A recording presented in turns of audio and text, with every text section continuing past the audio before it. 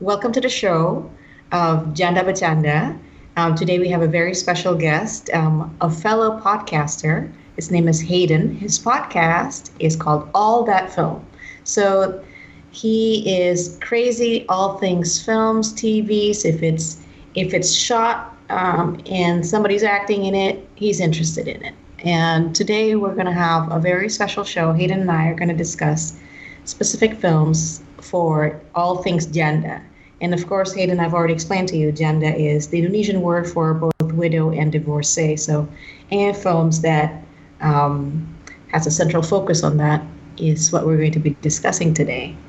Welcome to the show, Hayden. For sure. Thank you. Thank you so much for having me. And, such a fun topic to talk about with divorces. It's the best. Well, some of the name of my podcast is Janda Becanda. Janda means to joke around. And so a lot of the directors that have shot films with these themes and topics have managed to actually inject humor in quite a bit of them. So, yeah, it's just life circumstance that's not fun, but there's a lot of ways to handle them that make them a little bit more palatable. I have a list of about 10, and I don't think any of them are like, oh, we're going to be like super bleak and super sad. No, that's not us. That's not us. And one of the ones I wanted to mention, we talked about this one, is the new Netflix film, Marriage Story. Noah Baumbach. Film. Yeah. The masterpiece. Yeah. And the main thing about this is, like you were mentioning, Noah Baumbach is a child of divorce. He's had a messy divorce. Most of the crew that was on the set had at least some experience in a divorce. So I do think it's fairly interesting with that film is you can walk away from that being like, that's kind of most, like there are definitely very serious and very sad moments, but for the most part, it is presented as a comedy. You can't sort of walk away from that. Even some of the fight scenes or how they're thinking and trying to be private about their thoughts, that's hurtful what he said, and you're kind of like, oh my god, yeah, I can relate to that. And because it's so relatable, it can be humorous that you can place yourself in different times of your lives where you recognize such scenes, not because they're particularly funny scenes or for sure. Yeah, like I don't know, which one did you find most relatable in Marriage Story? Okay, so we did a long spoiler episode on this. I told a couple people because it just came out on Netflix. It's not the main films or the main reviews that actually thrive on our channel are this mid-tier, smaller budget ones like Parasite, Marriage Story, Knives Out. So I told a couple of my hosts, I was like, hey, watch it on Monday or else you're not going to be part of the recording. And we had 5 people that watched it real fast, got it done in the weekend. And I actually sided with the story of Adam Driver, and that was actually something that I found to be a fault in the movie. I thought, from my perspective, it made it very clear, like, Adam Driver is not the best person, but he is the one in the right. And it was such an interesting conversation because one of my co-hosts, Lindsay, was like, you are completely wrong. Like, ScarJo is the one that's in the right here. Like, she got cheated on. Adam Driver, like, cheated, and a little bit of spoilers for the movie, sorry. That's right. But right. That's interesting. You're not married or never been married. No. Okay. So if you are like me, who's a divorcee, and we watch that film, there is no right or wrong. So because both have presented their views very equally in terms of how each one was feeling wounded and feeling how they are each reacting and how each are trying to reach out to the other and not getting the response that they get or that they were trying to get from the other person. So it's very interesting. I'm guessing also the other friend that watched also is not yet married or have not. No, and it's interesting you bring that up because both of us aren't aren't like have never been really around divorce for the most part. I see. So, yeah. Yeah. So if you've been divorced, as I have, as I am, then there is no right or wrong in terms of that marriage story because it's really just a viewpoint of how each one of them were living through their lives and how they were in love with each other, but they were also struggling as a family. And yeah, so it kind of both sides had valid viewpoints. I guess it's more to the point, and I thought that was represented equally. I didn't feel any particular one was too heavily right or too heavily wrong in that sense. Because there was no real hero of that story, right? For sure. Yeah. And there were no real losers of that film either. Well, in some ways, what I noticed with a lot of these movies, especially the ones that deal about the legality stuff more than anything, always the losers are the parents, because like they have to Yeah. spend a crazy amount. And like most of these movies I do have listed are where their relationship does have a kid. And just that whole dilemma with a lot of these just repeated over and over. And that's why I say it's almost comedic in some ways, where you have this old lawyer that's been through the business and he's like, oh, well, you're going to lose anyway. No one fights this girl. And it's almost, I don't know, it's almost like camped up in some ways to me, but I can understand someone seeing that, having been through that, to be way more like frustrating and like, oh my gosh, they're showing like some of the worst parts of my life and presenting it like in an accurate way. Right. And that old lawyer that you are speaking about, is his viewpoint is the sage old man, like looking back and saying, yeah, lay down your sword, just lay it down right here, because you don't even know what you're going into. Just lay it down here. But Ray Liotta, though, representing that as the attorney, my goodness, yeah. I love it. I love it when he was in that Adam. Sorry, what's the name of the actor? Adam Driver. Adam Driver was in Ray Liotta's office, and Ray Liotta, again, sorry for spoiler, but he says like, I'm $1,000 an hour lawyer, and so over there is the $400 an hour lawyer. So stupid questions go to him, important questions go to me. And if you ever have to worry about the billable hours of divorce lawyers, as I know I have, that you can sort of like, yeah, man, seriously. I know what questions not to ask in an email, because I was like, I'm paying for this. Oh, yeah. I'm paying for this advice. If I can't Google it and I can't ask somebody else, I'm not going to ask the question. So, I don't know if this is the one that you had brought up. I don't know if this is a good segue to this. But these films do pair really nicely with one another. The other one, Kramer versus Kramer, you had mentioned. Yeah. Kramer versus Kramer, long before you were born, young man. Yeah. I had been putting this off for so long. I think it's just because I had... So old. Yeah. Well, what's interesting is, as I've actually watched like a lot of older films, but most of the ones that are considered like the classics. So I don't know if you have the same access that I do. I've spoken to a lot of people, and it hasn't been same circumstances. I've had a Half Price Books. It's basically a store that used bookstore, but they also have movies too. And they had this coveted clearance section where everything was like $1. So anything I could get my hands on, I would buy. And Kramer versus Kramer, for whatever reason, was never in the dollar bin. So, because it's very good. Now that I've seen it, I know why. But you had wanted Kramer versus Kramer to be in the dollar bin before you watched it, but now you have watched it. That was my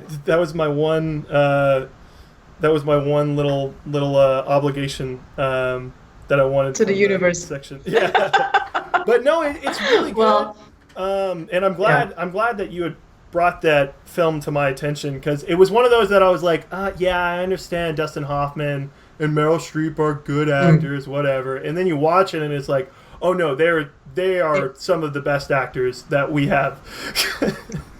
And even the child actor who I don't know who he became, but that child actor who the son, Billy Kramer. Mm-hmm. Nice. Was when was the last time you saw it? I don't know, 20-some years ago. Oh my gosh, and you still remember Billy. Well, there's Mr. and Mrs. Kramer, and then there's Billy Kramer. But there's so many things. I watched that. I've been divorced once, and I've been married twice. I've been divorced once, and I lost my husband, my first husband. And when I watched that, I was married to my late husband. And there were scenes in it that I remembered feeling how palpable it was, and that felt that sense of loss. And that particular scene was when Dustin Hoffman was cooking in the kitchen, and his son was sitting on the kitchen counter, and they didn't say a word. These are the kinds of things that actors are so amazing, that they can capture so much emotion by not saying so much.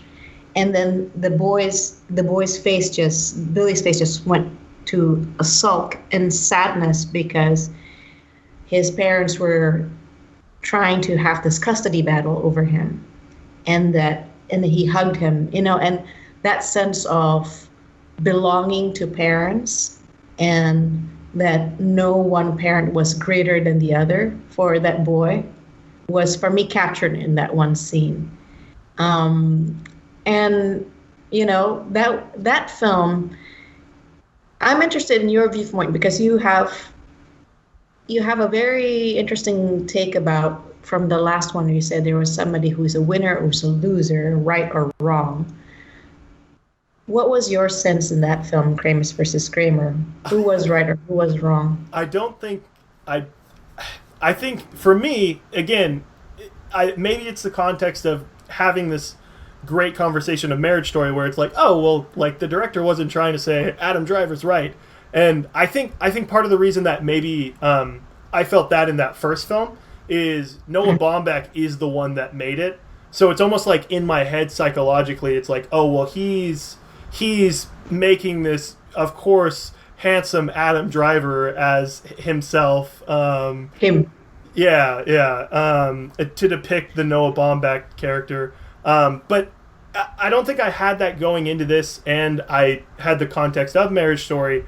It's very more clear, yes, a custody battle is ugly, but I think this one's more depicted as fair, because even at the end, they don't go that step further of sort of appealing it with one another. Yeah. And I will say a little bit, if I had to say anyone was a winner in this movie, I was semi on the side of Dustin Hoffman, just because he had to deal with, and by all means, like Meryl Streep had to deal with her own journey, right? Sort of figuring out who she was, because she was trapped in a relationship, right? But unfortunately, we're not really given that perspective in the film. We're more given the Dustin Hoffman story. So I was leaning a little bit more towards that because of that. Right. I mean, especially like, if I remember correctly, like Dustin Hoffman he didn't have a job, or he had lost a job, and he needed a job to prove to the judge that he was worthy of keeping his son. So was like Christmas or something, and he had to hustle, and he showed a portfolio or something in a job interview that he managed to squeeze in right before the end of the year. And I remember, I remember in my past careers where I've had to hustle for the last job, the last prospect that you have to get in, the pipeline that you have to close before the year's end. And that hustle I remembered, but his hustle was heightened by the fact that if I don't have this job, if I don't secure an X amount of dollars that I can keep my apartment, my rent, I lose Billy. And that was about as strong of a motivator as anything, and that I can recognize and I can identify with, especially being a single mom, that I can recognize that. And I can appreciate that. Again, it's very interesting for me. It's gender free at this point. The fact that he's single dad, I'm a single mom, I don't feel like, oh, I must side to Meryl Streep's story in that sense. But I can appreciate that hustle, that just the love that he had for his son. That was more for him than just being right or winning against Meryl Streep. But yeah, for sure. I think that was a powerful moment, And plus, again, in terms of like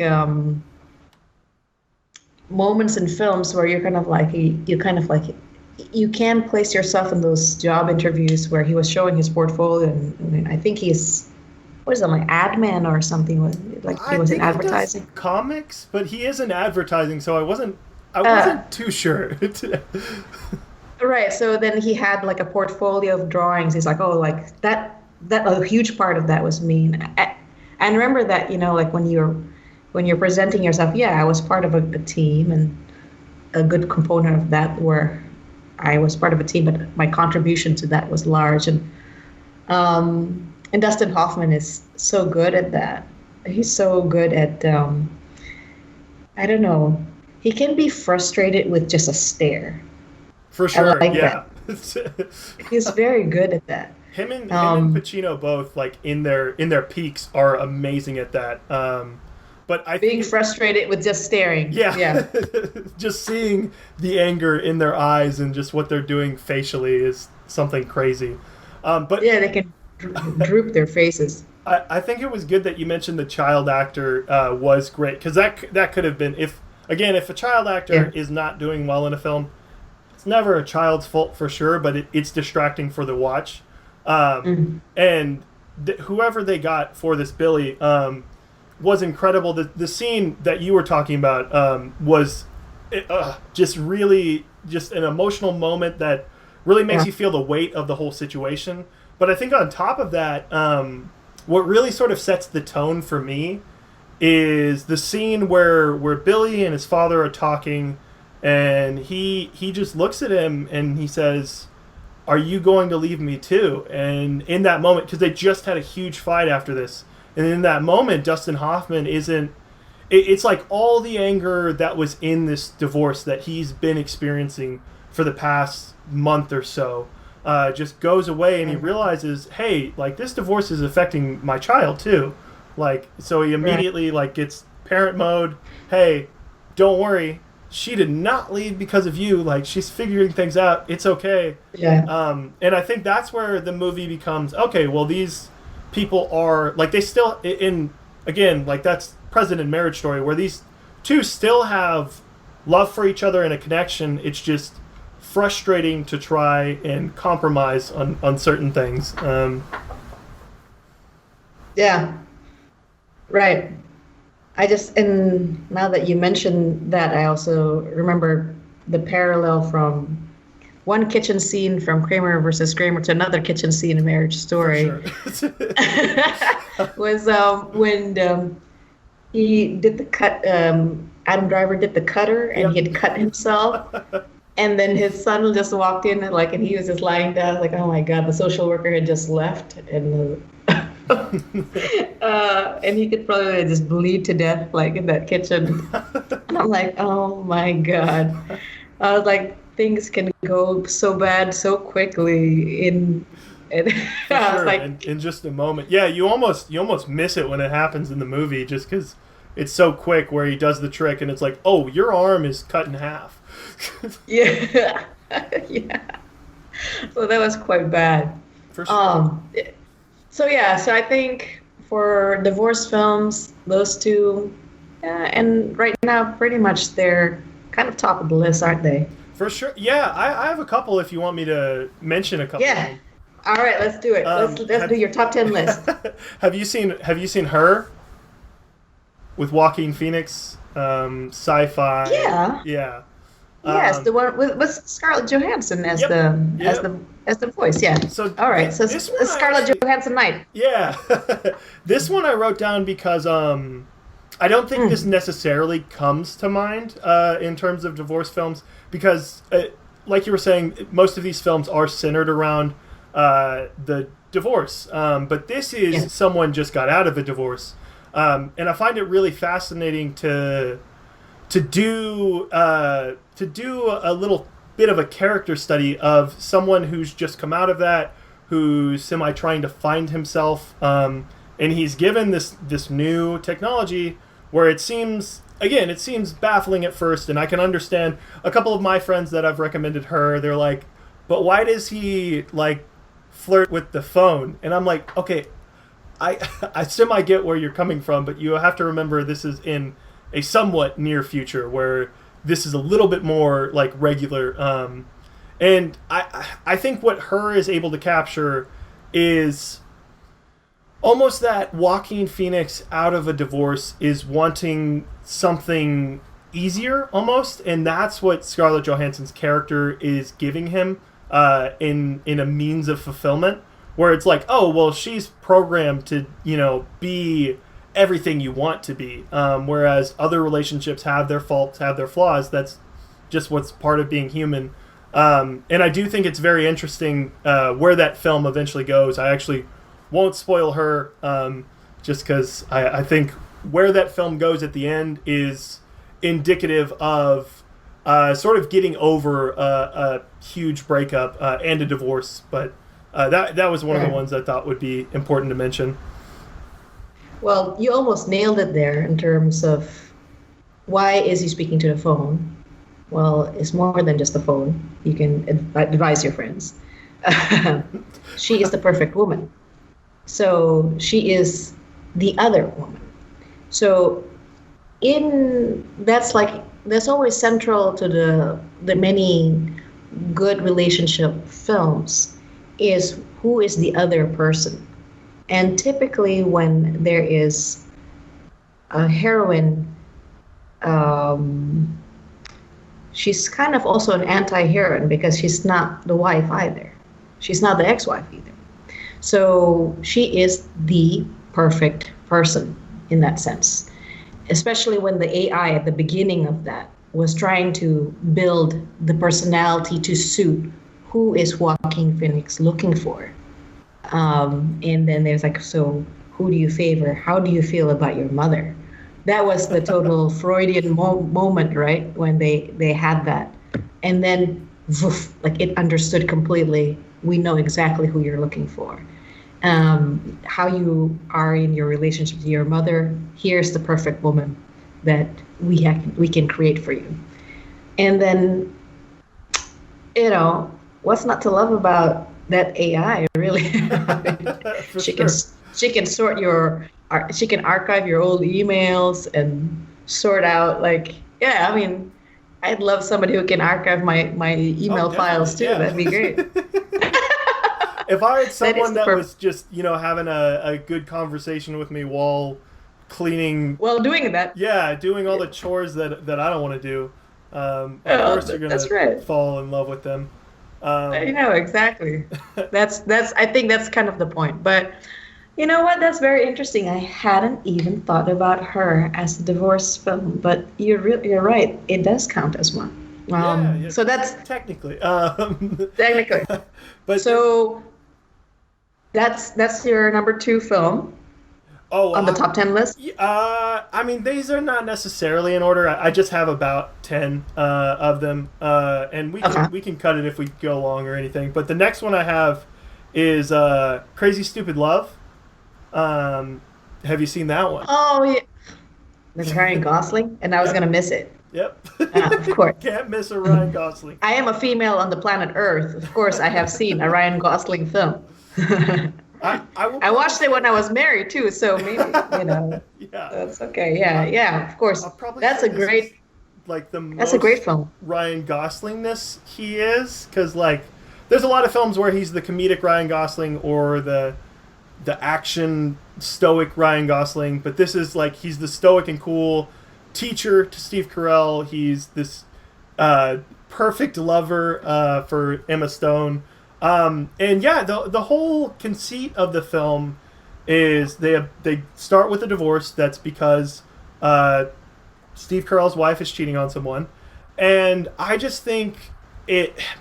What was the name of the guy that he's cheating with? She's cheating on. I can't remember, but I know it's Kevin Bacon, and I forget his name because he says it. I can look it up. I know. We're terrible. It's okay. We don't have to look it up, but it'll come back to us right after we end record. That always happens. But yeah, you're right. That's a great. That's another one. That's a humorous one. Yeah, that's definitely one that clearly, unlike Marriage Story and Kramer versus Kramer, that have dramatic and comedic moments. That one is the comedy is at the forefront. There are some dramatic moments for sure, but yeah, no. The whole point of that film is almost like farcical of the whole approach of just this ball gets moving because of the initial incident of the cheating, and then just all these separate lives. I think there's 3 different storylines that are going on, and they all really work together perfectly. Right.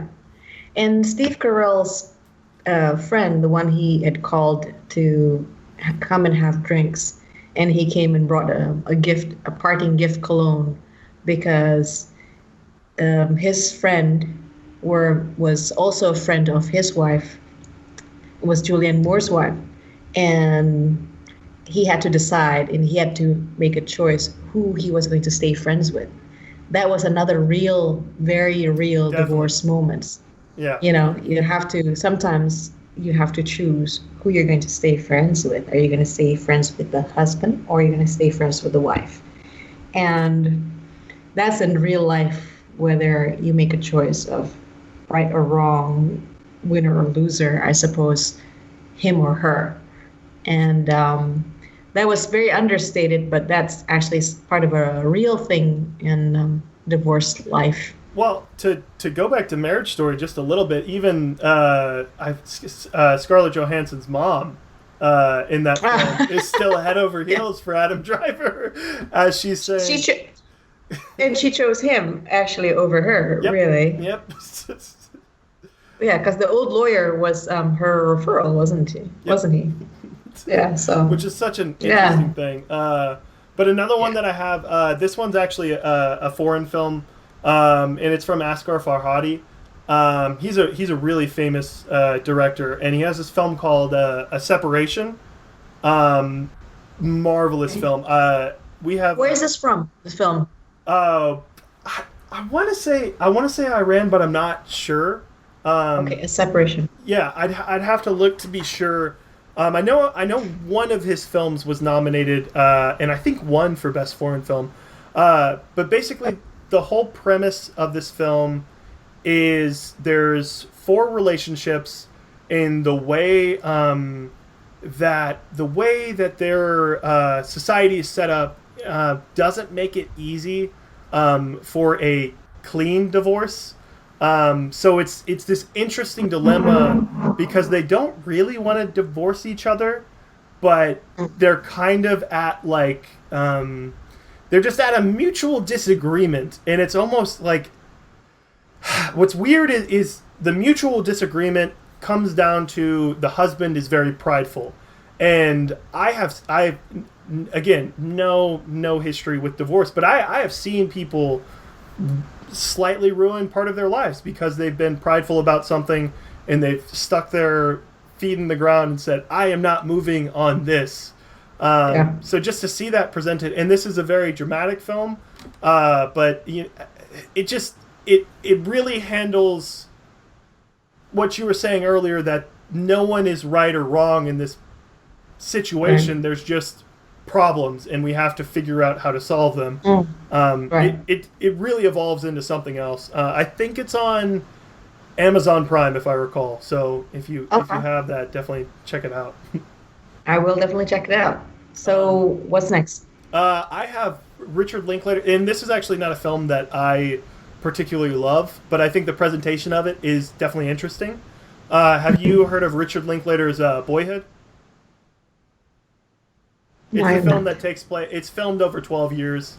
Um, Wow. yeah.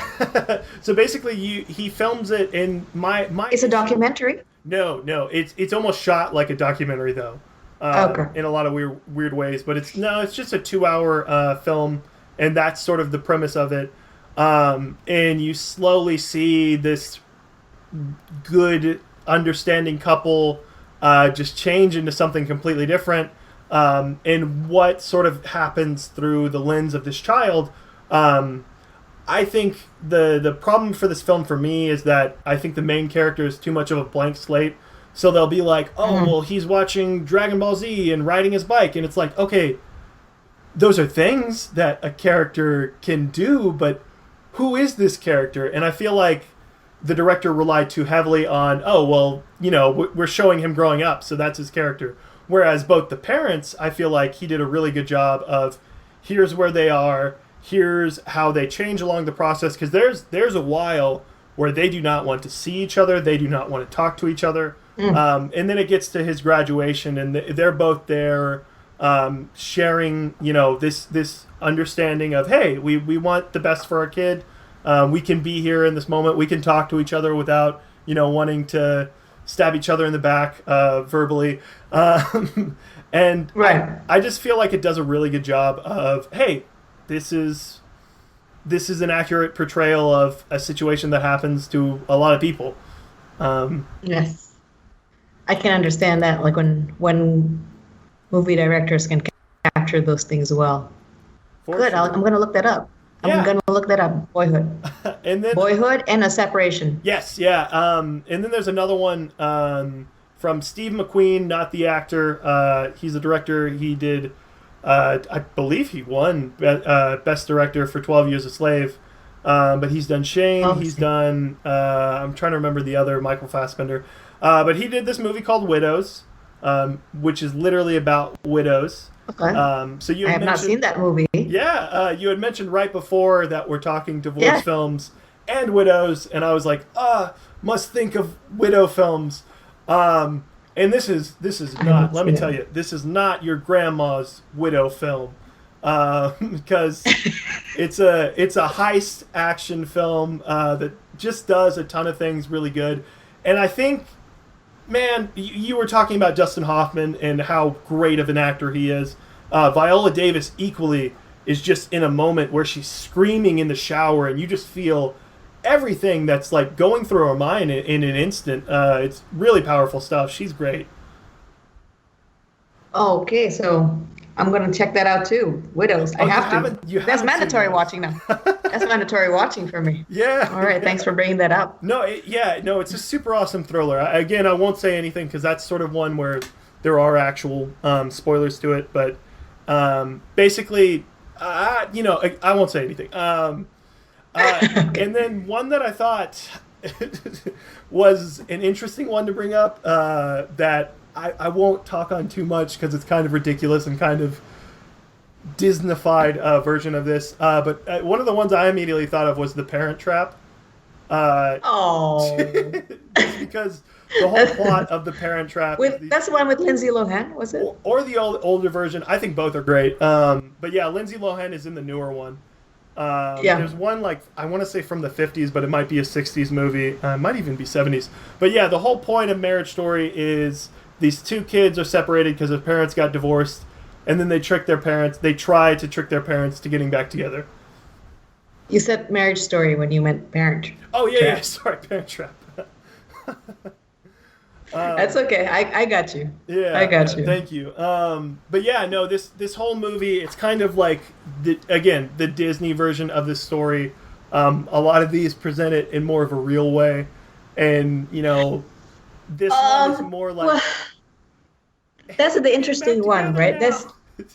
That's right. That's the ultimate message there. There's a lot of, that's the child's viewpoint. of wanting to fix things between parents. And in that film also, there's of course the ultimate stepmom. There's a big part of that film. So the evil stepmom. So it has almost still a very 90s view. Actually, I don't know if that's still.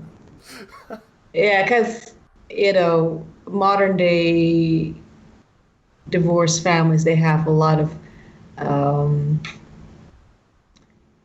a higher level of adaptability. Let's just say that. For sure, yeah.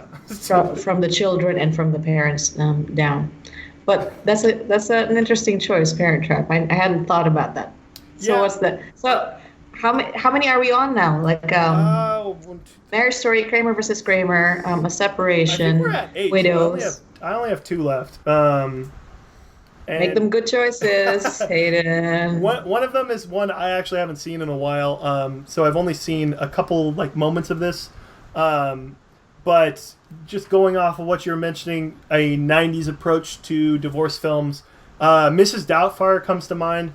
And you're right, it definitely takes that cheeky approach of, there's this evil stepdad that tries to get in the picture, and he's the worst. On the other side, right? Yeah. That's always the.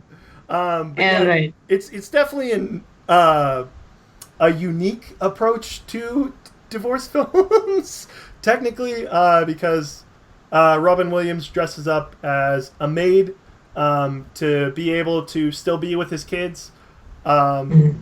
Which, He was more than the maid. He was like the nanny. Yeah. Sorry. Right. I mean, yeah. That's a good one. It would be weird if he was hired as the maid and he's like, "Oh, don't mind me, just hanging out with the kids." That's a good one. That's a good one also. All right. So, and the last one? The last one is again.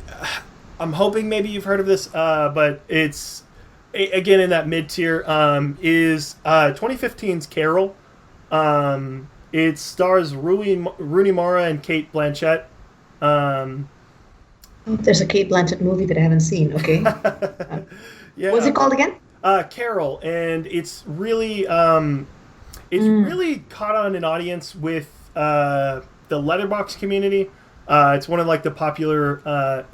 It's an LGBT film for those that don't know, and basically Cate Blanchett is in a bad marriage that it almost hints, kind of wants to be in that relationship because status, and then Rooney Mara is this spark of emotion that comes to her, and then they start to form a relationship, and it just really does a good job of sort of presenting that, and a lot of these. I don't think any of them are like that. I know there's one.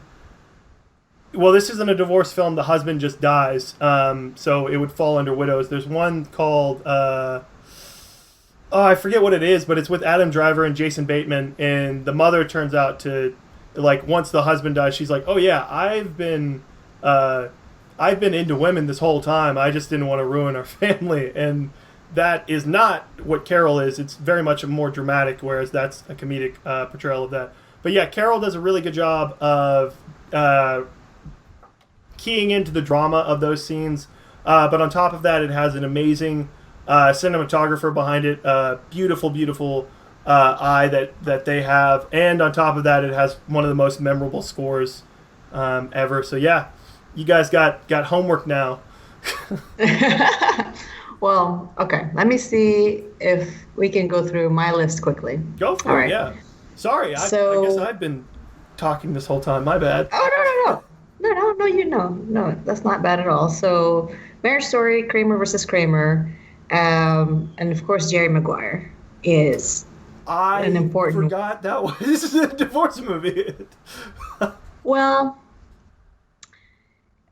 Renee Zellweger is a divorcee in that film. Yeah. And so that's kind of dating after divorce, I guess, of a film, and selecting a new partner when you have a small child, a young child. So that's there's some trigger buttons in there for a lot of divorcees, especially for single moms or Definitely. who are dating. And of course, the Cuba Gooding character was saying that, oh, he's a child of a divorced family, so he was raised by a single mom. So it had that angle to that.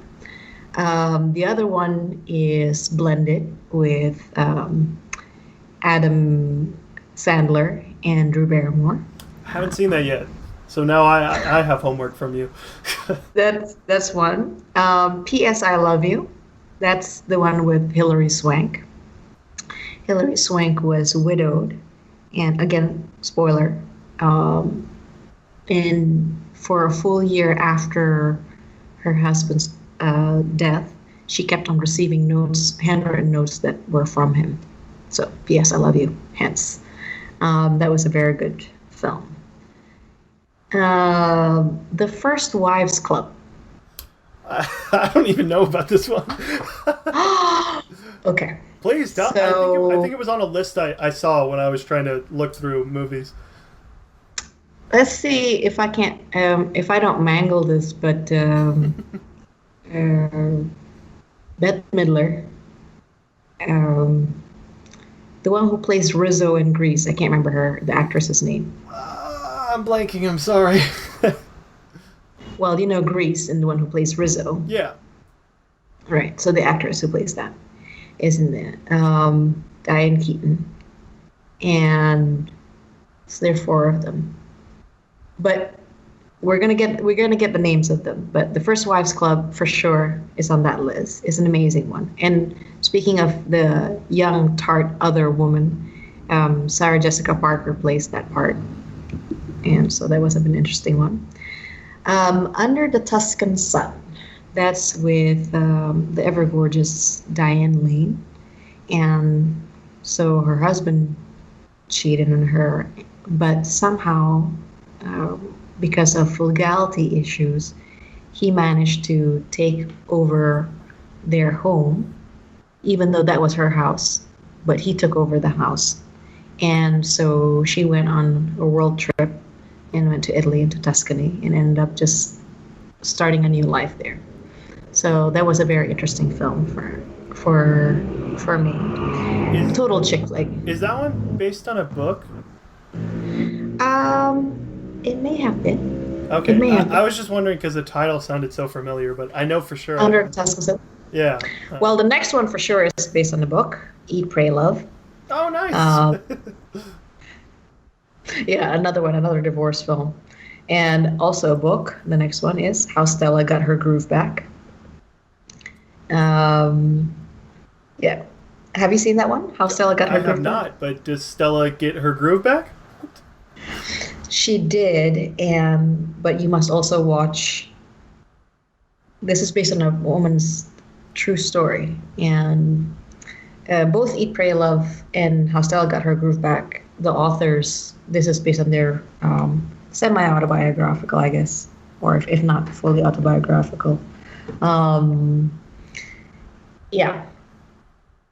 In the movie, it ended with Stella getting her groove back, but after the end, things didn't end up so well for Stella. So, in her relationship with her new man, but Gotcha. that's another story. And one of them is Mermaids. Mermaids, if I'm not mistaken, is with Winona Ryder and Cher. And so Cher was this larger-than-life mom, as she would be because she's Cher. And that's why she was probably cast in the film. And she's the woman that, and this I can only imagine probably happen in the United States, where a woman can have just a fresh start whenever she feels like it. So she's done with this man or she's done with this town. All right, we're done here, kids. Let's pack it up, get into the station wagon. We'll go to the next state, start over there. Get a new job, go to new school, make new friends. And it happened in this particular movie, Mermaids, when Winona Ryder was getting into adolescence. So she herself was changing, no longer a kid, and she was fed up with a lot of these just moving around, traveling, and throwing new roots. And she was becoming into her own woman, and seeing how her mom, as a single mom, it just the incompleteness of how she was as a mom or as a wife, and that was very well depicted, and again in a comedic way, if you could possibly imagine. That's actually a nice classic for you to watch. I think that's sort of has the same quality, kind of that nostalgic feel that Dirty Dancing has. Oh, nice. That Mermaids have as well. Yeah, your description kind of sounded. Obviously, in this one, the couple's still together, but it kind of sounded like The Glass Castle a little bit. I don't know if you've read the book or seen. I know they have a movie now, but those parents are always on the move, and it's written from the perspective of the daughter. And just like you were saying, she's sort of fed up with this because it's like, well, I didn't sign up for this constant moving over and over. So I do think is that one based on real events like the couple others? No, I don't think so. Gotcha. I don't think so. I think the Glass Castle is, which is one of those interesting things for people like that, where their parents, whether it be your parents just chose to move around or you were a military kid. There's a lot of children, or not children, but adults I've talked to that in their youth they were constantly moving around, and you hit it like nail on the head. It does almost like question your identity in a lot of ways, because you can't root anywhere. Right. Well, yeah. Well, I also had my year of moving around too, but with my ex-husband and with our children. So there is that feeling of discombobulated, where you just a new city, or the nearest grocery store, and you have to establish yourself. This is the corner where we're going to make our home office, and where's the nearest park for the kids to go and play, and what are the resources available. So you have to quickly adapt to those kinds of things, but it does wear on you for being so transient. So I do recognize that. And probably that was part of the reason too that I picked that film Mermaids, because I remembered that feeling.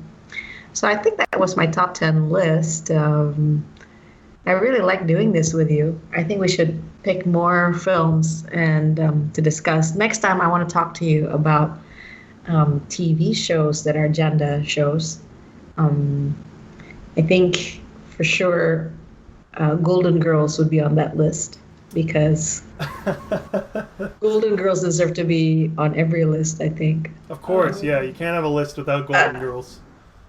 Yeah. Have you watched Golden Girls? I have watched a little bit of Golden Girls. I am a noted Betty White lover. Good boy. I think Betty White. I think honestly, if she is up for it, I think every film could have Betty White. A couple of people have mentioned to me, they're like, well, even like action movies like Jurassic Park or Avengers, and I'm like, yes, I think those movies need Betty. Just stick her in there. It's what they're missing. Betty White could be in Avengers. Actually, she could take be in Thanos, I feel like.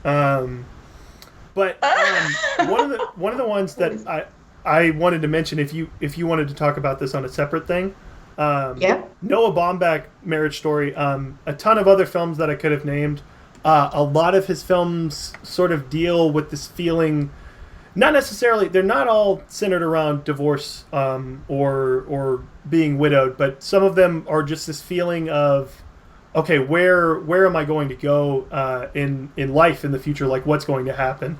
And I feel like a lot of these films, and the ones you mentioned, really touch on that. Even Jerry Maguire, where it's like, how am I going to figure out how to, like, I need a new superstar to figure out where I'm going in life, or hey, I need to start seeing other people because I don't want to be single forever with Renee Zellweger. So I think Baumbach does a really good job of that.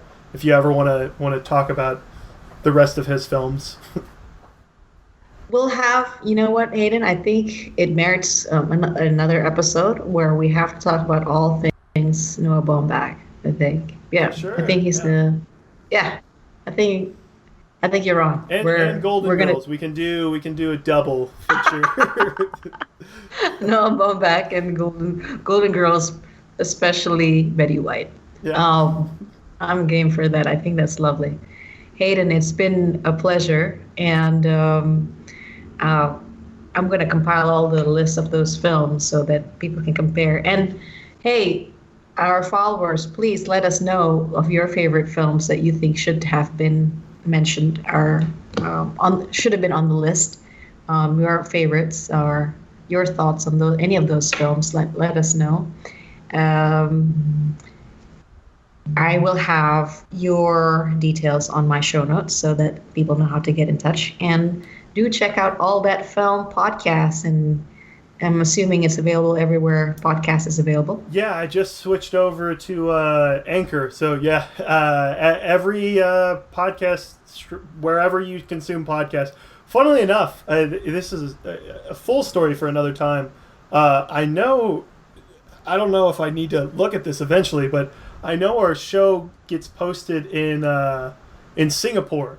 So if you're for whatever reason listening to this in Singapore, and you listen on some obscure website in Singapore, all our episodes are on some weird site. So yeah, everywhere you can find it. And if you guys want to check out more movie tweets, if you're into that stuff, we have a Twitter. It's just All That Film. So just throwing that out there too. Fantastic.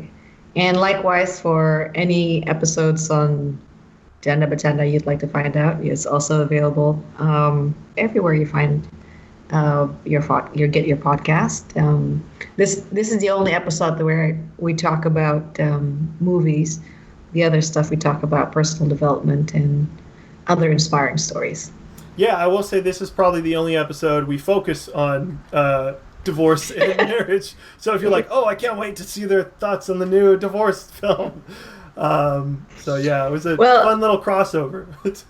Yes, and I will be your resident expert if ever another episode of this comes up. I'll be a resident expert for that. I'll gladly do one with you. Awesome. Yeah, this was great. Okay. Thank you, guys. All right. Thank you. Thank you. Thank you. Thank you. Thank you. Thank you.